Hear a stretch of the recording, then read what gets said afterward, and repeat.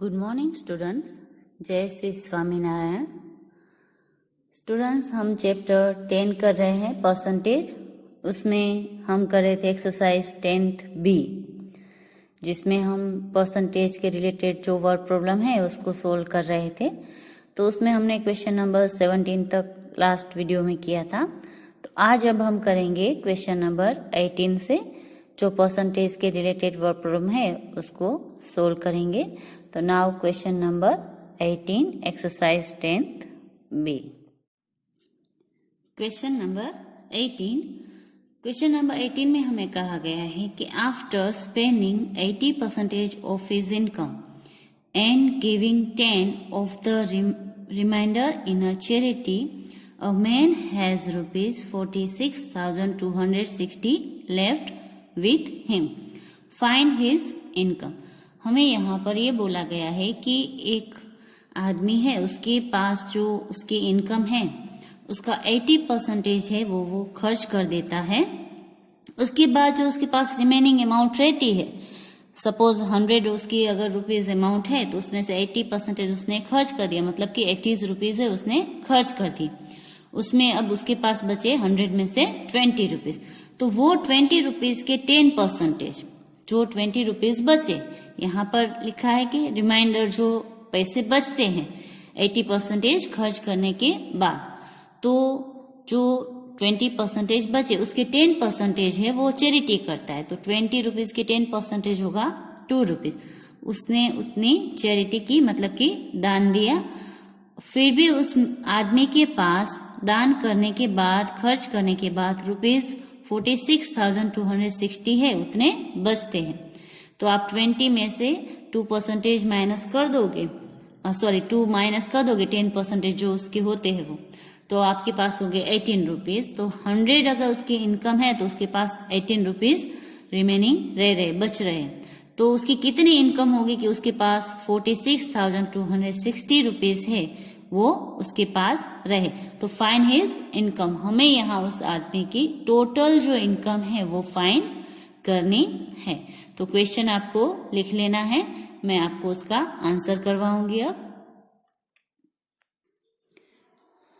यहाँ पर जो उसकी इनकम है उसको हम 100 एज्यूम करके करेंगे सम। आप x एज्यूम करके भी कर सकते हो, मैं यहाँ पर 100 एज्यूम करके कर रही हूँ।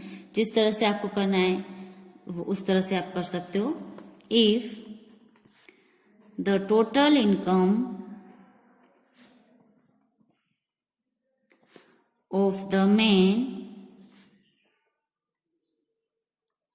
इज ₹100, अगर हमने उसकी टोटल इनकम है वो 100 एज्यूम की, तो उसमें से वो 80% है वो खर्च कर देता है। तो अब हम 100 के 80% फाइंड करके उसमें से माइनस करेंगे। देन इनकम स्पेंट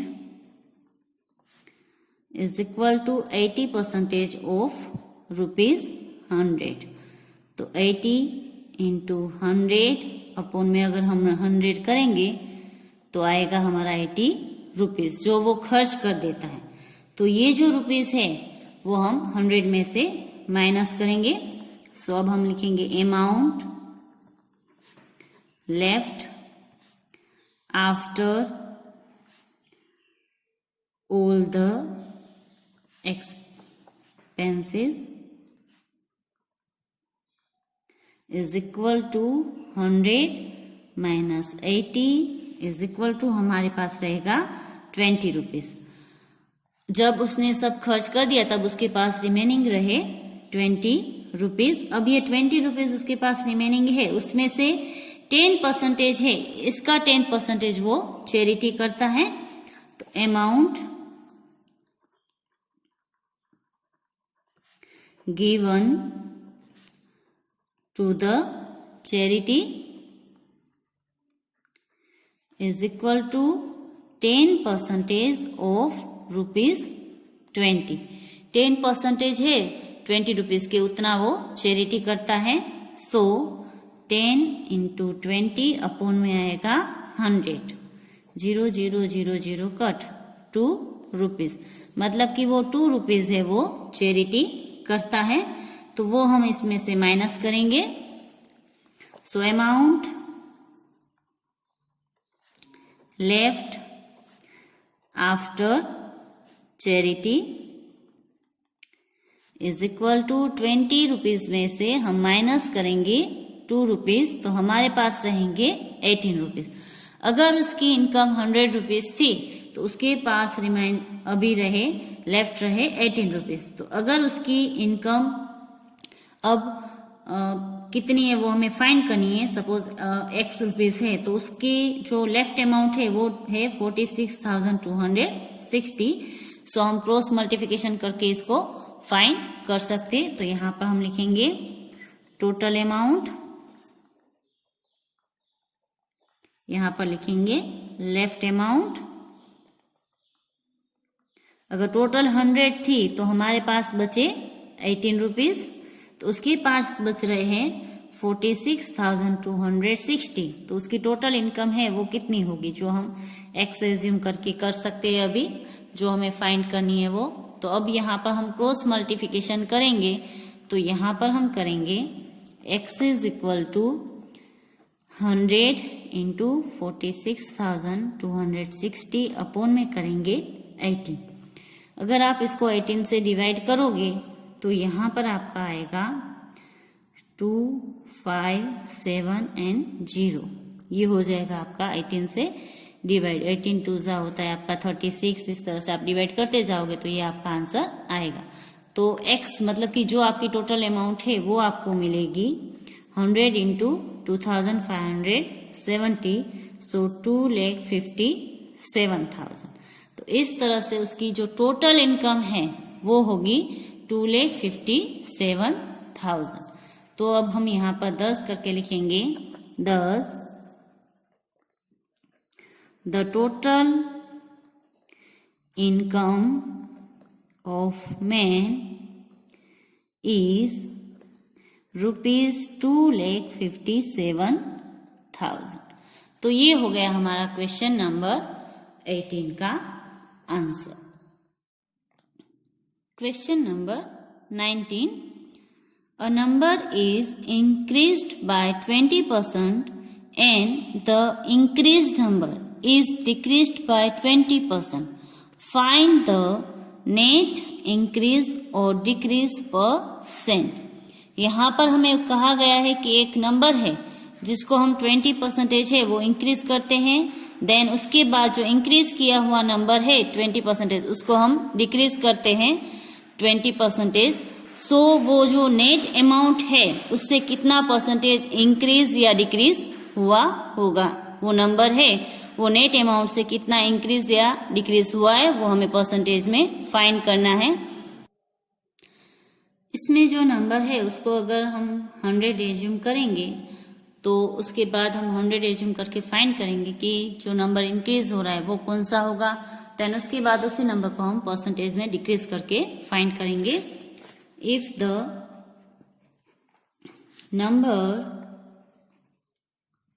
इज 100, हमने उस नंबर को 100 एज्यूम किया कि सपोज वो नंबर है उसको हम 100 लेते हैं, तो उसका अगर हम 20% इंक्रीज करेंगे तो अब कितना होगा, increase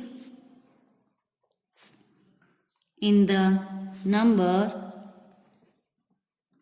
is equal to 20%. So 20% of 100 is equal to हमारा होगा 20 into 100 अपॉन में 100। 20 जो है उतना इंक्रीज होगा। So after increase 20% the number is,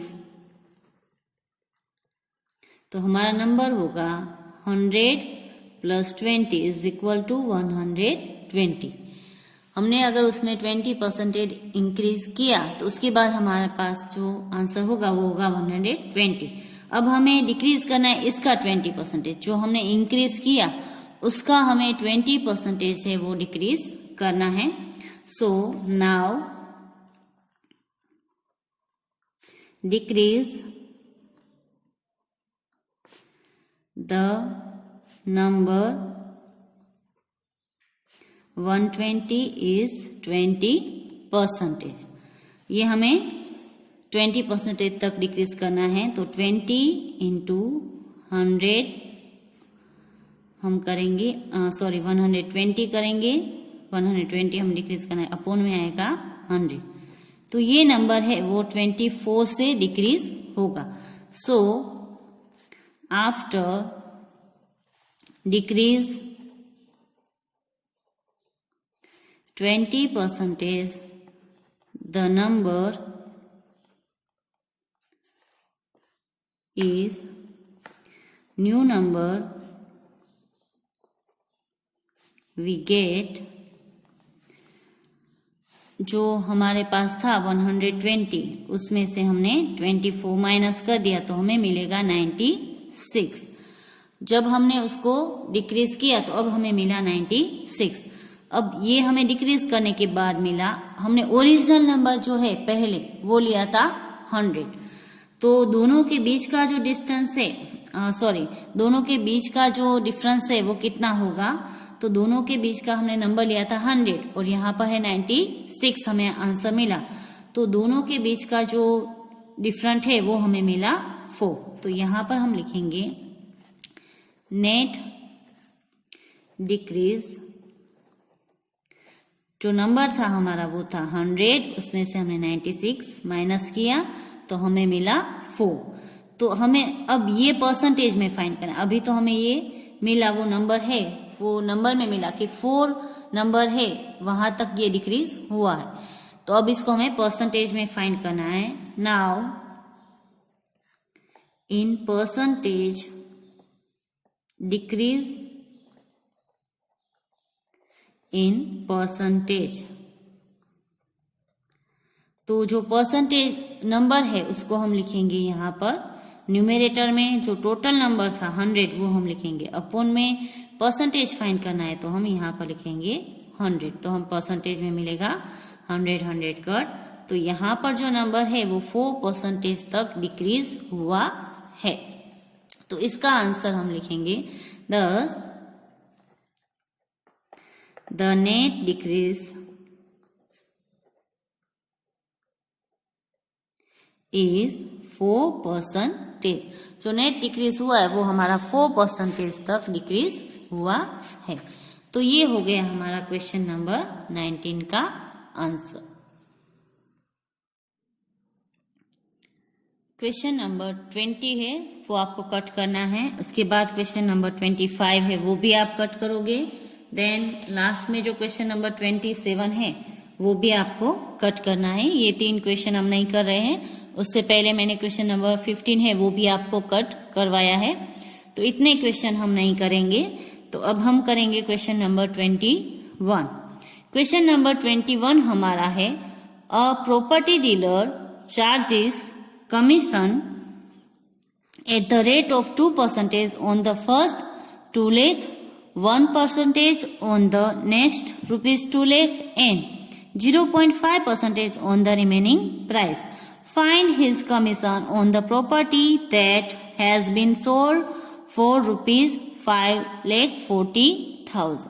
यहाँ पर हमें ये बोला गया है कि एक प्रॉपर्टी डीलर है. प्रॉपर्टी डीलर मतलब कि जो प्रॉपर्टी होती है, जो बेचता है या तो जो उसका सौदा करवाता है वो प्रॉपर्टी डीलर है. उसने कमीशन रखा है जिसको हम हमारे लैंग्वेज में दलाल बोलते हैं, कि जो एक दूसरे के पास से हमें परचेस करवाता है या तो हमारी कोई चीज है वो हमें सेल करवाता है, वो उसके बदले में कमीशन लेता है. तो यहाँ पर भी उसका चार्जेस है कमीशन का कि 2% ऑफ द फर्स्ट 2 लाख. वो अगर 2 लाख की कॉस्ट है उसके ऊपर वो 2% लेता है. उसके बाद अगर उसकी ज्यादा कॉस्ट हुई 2 लाख से ज्यादा 4 लाख तक, तो बाकी के जो 2 लाख होता है उसके ऊपर वो 1% कमीशन लेगा, बाकी के जो 2 लाख है उसके ऊपर. और उसके बाद जितने भी अमाउंट होगी उससे ज्यादा 4 लाख से ज्यादा उसके ऊपर वो लेता है 0.5% कमीशन. तो यहाँ पर हमें प्रॉपर्टी की कॉस्ट दी गई है कि 5,40,000 है प्रॉपर्टी की कॉस्ट. तो जो कमीशन है वो प्रॉपर्टी डीलर को कितना मिला होगा, तो तो ये हमें यहाँ पर फाइंड करना है। तो अब मैं इसका आपको आंसर करवाऊंगी।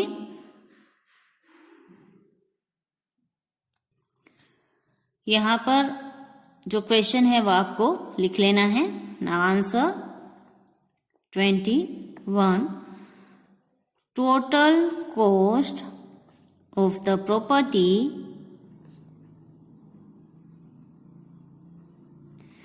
कितना है हमारे पास, ₹5,40,000। ये उसकी टोटल कॉस्ट है। तो इसमें 2 लाख के ऊपर वो लेता है 2% कमीशन। तो फर्स्ट हम फाइंड करेंगे 2 लाख का 2% कमीशन है वो। तो अब हम यहाँ पर फर्स्ट फाइंड करेंगे commission on the first ₹2 lakh. तो यहाँ पर उसका कमीशन होगा 2% of ₹2 lakh is equal to 2% का अपन में करेंगे 100। यहाँ पर हम करेंगे 2 लाख। तो 0 0 कट, 2 2 जा होगा हमारा 4, उसके पीछे आएगा यहाँ पर 2 2 जा 4 करके पीछे 3 0 है तो लगा देंगे तो 4,000 रुपीज। तो उसको जो फर्स्ट 2 लाख है उसके ऊपर उसको 4,000 रुपीज है वो कमीशन मिलेगा। अब नेक्स्ट जो 2 लाख है उसके ऊपर उसका कमीशन है 1%। तो अब हम वो फाइंड करेंगे। Commission on the next ₹2 lakh, उसके ऊपर उसका कमीशन है 1% ऑफ 2 लाख। तो उसका कमीशन होगा 1/100। यहाँ पर हम करेंगे 2 लाख तो 0 0 कट, तो उसका कमीशन होगा 2,000 रुपीज। अब रिमेनिंग अमाउंट पर वो लेता है 0.5%। तो रिमेनिंग अमाउंट हमारे पास कितनी रहेगी वो अब हमें फाइंड करना पड़ेगा। नाउ रिमेनिंग अमाउंट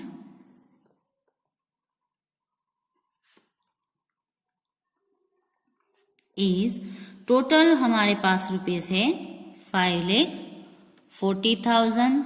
उसमें से हमने 2 बार 2 लाख का किया, मतलब कि 4 लाख उसमें से हम माइनस करेंगे तो हमारे पास रिमेनिंग अमाउंट रहेगी 1,40,000। अब जो है वो 1,40,000 का 0.5% है वो कमीशन वो लेता है। तो अब हम फाइंड करेंगे commission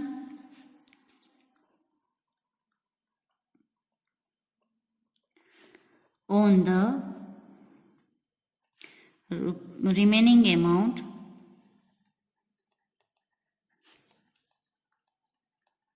₹1,40,000।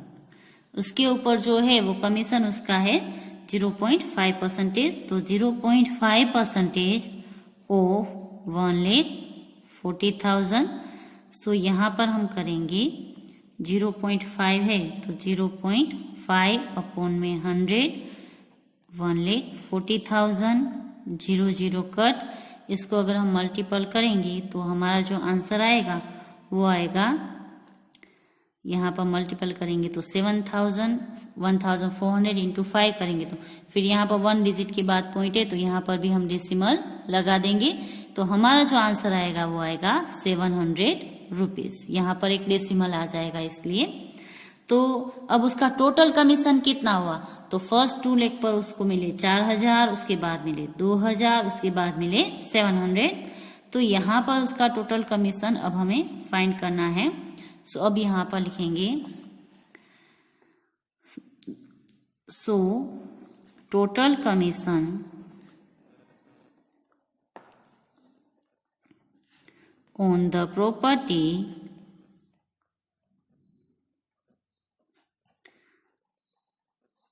worth ₹5,40,000 is equal to 4,000 plus 2,000 plus 700 is equal to 6,700 rupees.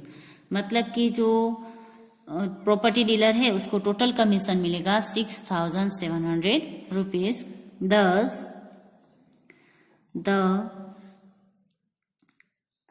Commission of the property dealer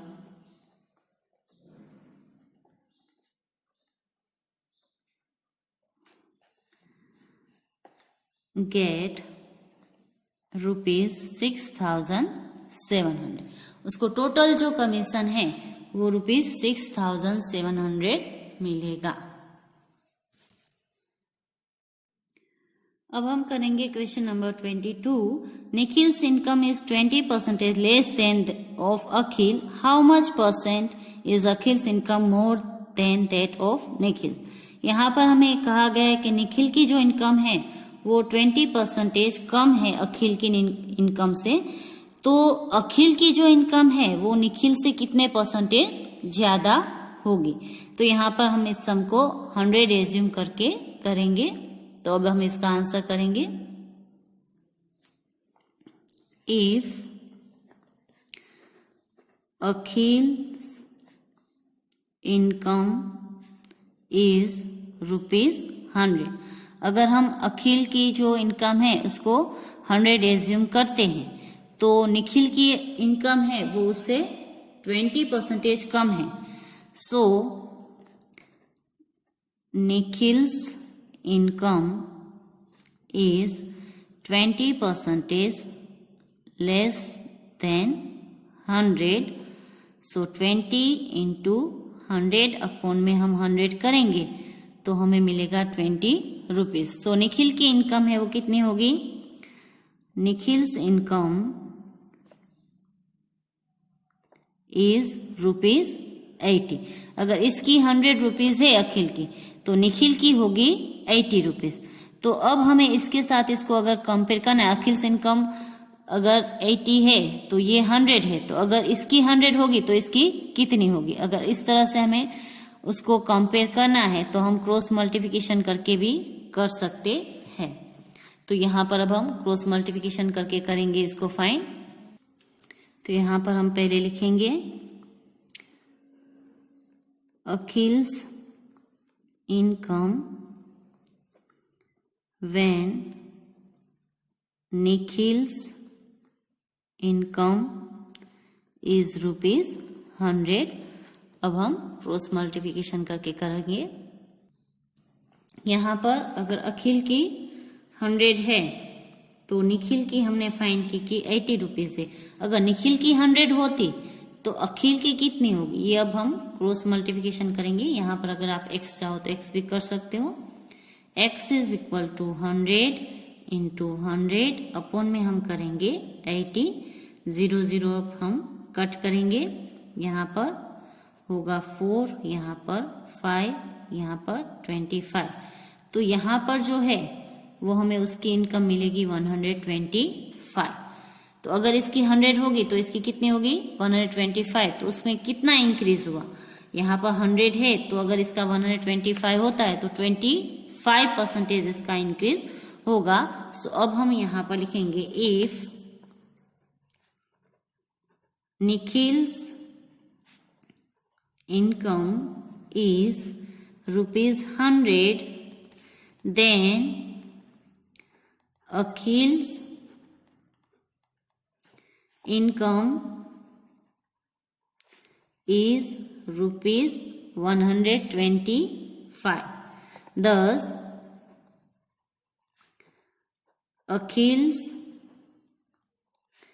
income is more than that of Nikhil's by 25%. उसमें कितना फर्क है 25% का फर्क आएगा। अगर इसकी 100 है तो इसकी होगी 125। तो 25% है वो उसकी इनकम उससे ज्यादा होगी। नाउ क्वेश्चन नंबर जो 23 है वो आपको होमवर्क में करना है। वो क्वेश्चन नंबर सेम एज 22 जैसा ही है। यहाँ पर जो उनकी इनकम दी है 20% मोर than that, mister Thomas, how much percent is the Thomas income of mister Thomas less than that of John. यहाँ पर हमें उसकी जॉन की और थॉमस की इनकम दी है, तो कितनी उससे लेस है वो आपको यहाँ पर फाइंड करके बताना है। सेम है जिसके जैसा ही हमें करना है। अब हम करेंगे question number 24। The value of a machine depreciate 10% every year if its present value is rupees 3,87,000 what was its value 1 year ago. यहाँ पर हमें बोला गया है कि एक मशीन है, उसकी डिप्रेशिएट वैल्यू है वो per year every year 10% depress होती है। तो यहाँ पर हमें बोला है कि इफ इट्स प्रेजेंट वैल्यू, अभी अगर उसकी वैल्यू 3,87,000 है तो what was its value 1 year अगो, तो पहले उसकी वैल्यू कितनी होगी। तो यहाँ पर जो मशीनरी की वैल्यू है वो डिप्रेस मतलब कि कम हो रही है। हर साल वो 10% उसकी वैल्यू है वो कम होती है। तो सपोज अगर उसकी वैल्यू अगले साल 100 रुपीज होती तो इस साल उसकी 10% कम करके वैल्यू होगी 90 रुपीज। तो प्रेजेंट वैल्यू अगर उसकी 90 रुपीज है तो यहाँ पर प्रेजेंट वैल्यू हमें दी है 3,87,000। तो अगर 90 के कंपेयर में 3,87,000 है तो 100 के कंपेयर में उसकी 1 ईयर अगो जो वैल्यू है वो क्या होगी, ये यहाँ पर हम क्रॉस मल्टीप्लिकेशन करके फाइंड करेंगे। तो यहाँ पर उसकी जो वैल्यू है वो 100 हम एज्यूम करके लेंगे कि 1 ईयर एगो उसकी वैल्यू है वो सपोज 100 रुपीज है। तो इस तरह से हम उसको 100 एज्यूम करके इसका आंसर है वो फाइंड करेंगे। क्वेश्चन आपको लिखना है, अब मैं आंसर करवा रही हूं। आंसर में हम करेंगे आंसर 24। सबसे पहले हम जो उसकी वैल्यू है उसको एज्यूम करेंगे 100 rupees. So first if the value of the machine 1 year ago is rupees 100। सो अभी अगर उसके 10% हम माइनस कर दे डिप्रेसिएशन के तो प्रेजेंट वैल्यू उसकी कितनी होगी, then present value its present value is 10% of 100, वो हमें माइनस करने हैं। तो 10 इंटू 100 करके अपन में हम करेंगे 100, तो होंगे 10 रुपीज जो हम माइनस करेंगे। तो प्रेजेंट वैल्यू उसकी होगी 100 minus 10 is equal to 90 rupees. अगर उसकी 1 ईयर अगो वैल्यू 100 रुपीज है तो उसकी प्रेजेंट वैल्यू होगी 90 रुपीज। तो अभी उसकी प्रेजेंट वैल्यू हमें दी है 3,87,000। तो उसकी जो 1 ईयर अगो वैल्यू है वो क्या होगी, it is given that present value of the machinery rupees 3,87,000। सो अभी हम यहाँ पर क्रॉस मल्टीप्लिकेशन करेंगे। यहाँ पर हम लिखेंगे 1 ईयर अगो वैल्यू, यहां पर लिखेंगे प्रेजेंट वैल्यू। अगर 1 ईयर एगो वैल्यू उसकी 100 है तो यहां पर होगी 90। तो यहां पर 3,87,000 है तो यहां पर हम x जो फाइंड करेंगे इस तरह से क्रॉस मल्टीप्लिकेशन करके यूनिटरी मेथड से। तो यहां पर हम लिखेंगे x is equal to 3,87,000 into 100 upon में हम करेंगे 90। यहाँ पर 0 0 कट, इसको 9 से हम कट करेंगे। 9 1 जा 9, 9 4 जा 36, 9 3 जा 27 और पीछे आएगा हमारा 0 0। तो यहाँ पर x की जो वैल्यू है वो हमें मिलेगी 4,300 इंटू 100 करेंगे तो 4,30,000 रुपीज। जो उसकी 1 ईयर अगो जो वैल्यू है वो होगी आपकी 4,30,000। तो यहां पर हम लिखेंगे thus the value of the machine 1 year ago was ₹4,30,000। तो ये हो गया हमारा क्वेश्चन नंबर 24 का आंसर। अब हम करेंगे इस एक्सरसाइज का last question, question number 26। 25 and 27 है वो मैंने आपको कट करवाए हैं। तो अब हम लास्ट क्वेश्चन करेंगे, question number 26। Now question number 26. The population of a town increased 10% annually. If its present population is 60,000, what will be its population after 2 years? यहाँ पर सेम है क्वेश्चन नंबर 24 जैसा ही है। यहाँ पर हमें जो 1 साल पहले की कॉस्ट थी वो फाइंड करनी थी। यहाँ पर हमें 2 साल बाद की आफ्टर 2 इयर्स की जो पॉपुलेशन है वो हमें फाइंड करनी है। यहाँ पर हमारा हो रहा था डिक्रीज, इस क्वेश्चन में यहाँ पर हो रहा है इंक्रीज 10%। तो सेम है उसके जैसे ही करना है, बट यहाँ पर हम प्लस करके करेंगे। यहाँ पर हमारा डिक्रीज था तो हमने माइनस करके किया था। यहाँ पर हमें बोला गया है कि the population of a town, एक शहर है उसकी पॉपुलेशन है वो हर साल एन्युअली 10% इंक्रीज होती है, कि हर साल है वो 10% उसका इंक्रीज होता है। तो अगर अभी उसकी पॉपुलेशन, प्रेजेंट पॉपुलेशन, अभी जो उसकी पॉपुलेशन है वो 60,000 है, तो आफ्टर 2 इयर्स उसकी पॉपुलेशन कितनी होगी, कि 2 साल के बाद है उसकी पॉपुलेशन कितनी होगी, ये हमें यहाँ पर फाइंड करना है।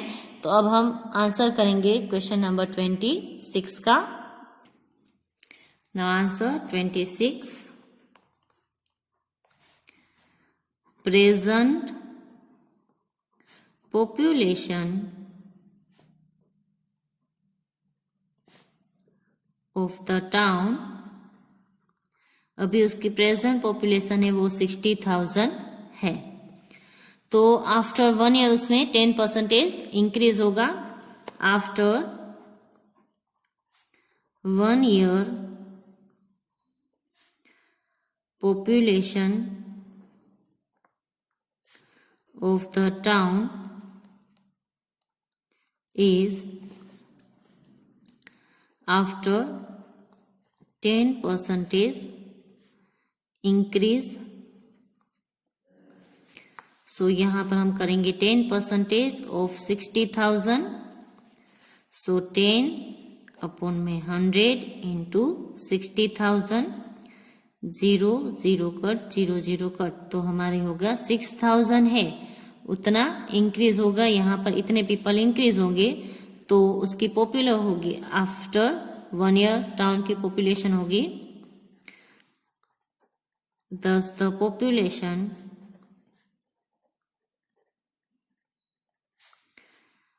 after 1 year is 60,000 प्लस 6,000, 66,000 होगी। आफ्टर 1 ईयर उसकी पॉपुलेशन होगी 66,000। अब सेकंड ईयर के बाद, अभी ये फर्स्ट ईयर के बाद होगी, 1 साल खत्म हुआ तो उसकी पॉपुलेशन इतनी हुई। अब सेकंड ईयर के बाद उसकी पॉपुलेशन कितनी होगी, तो इसका 10% वापस उसमें इंक्रीज होगा। So now after second year 10% increase, 10% increase of 66,000। So 10 upon में 100, यहाँ पर आएगा 66,000, इतना वो इंक्रीज होगी। तो यहाँ पर 0 0 कट 0 0 कट, तो 6,600 इंक्रीज होगी। तो सेकंड ईयर के बाद उसकी पॉपुलेशन 66,000 पहले थी और यहाँ पर इतनी इंक्रीज हुई, तो उसकी टोटल पॉपुलेशन होगी 10 the population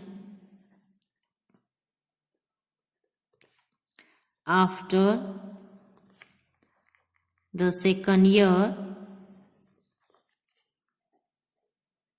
is equal to 66,000 plus 6,600 is equal to 72,600.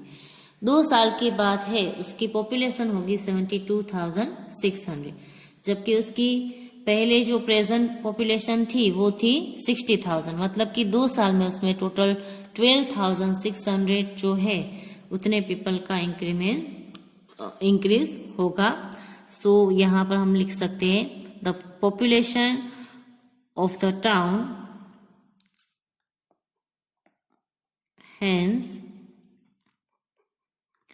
the population of the town after 2 years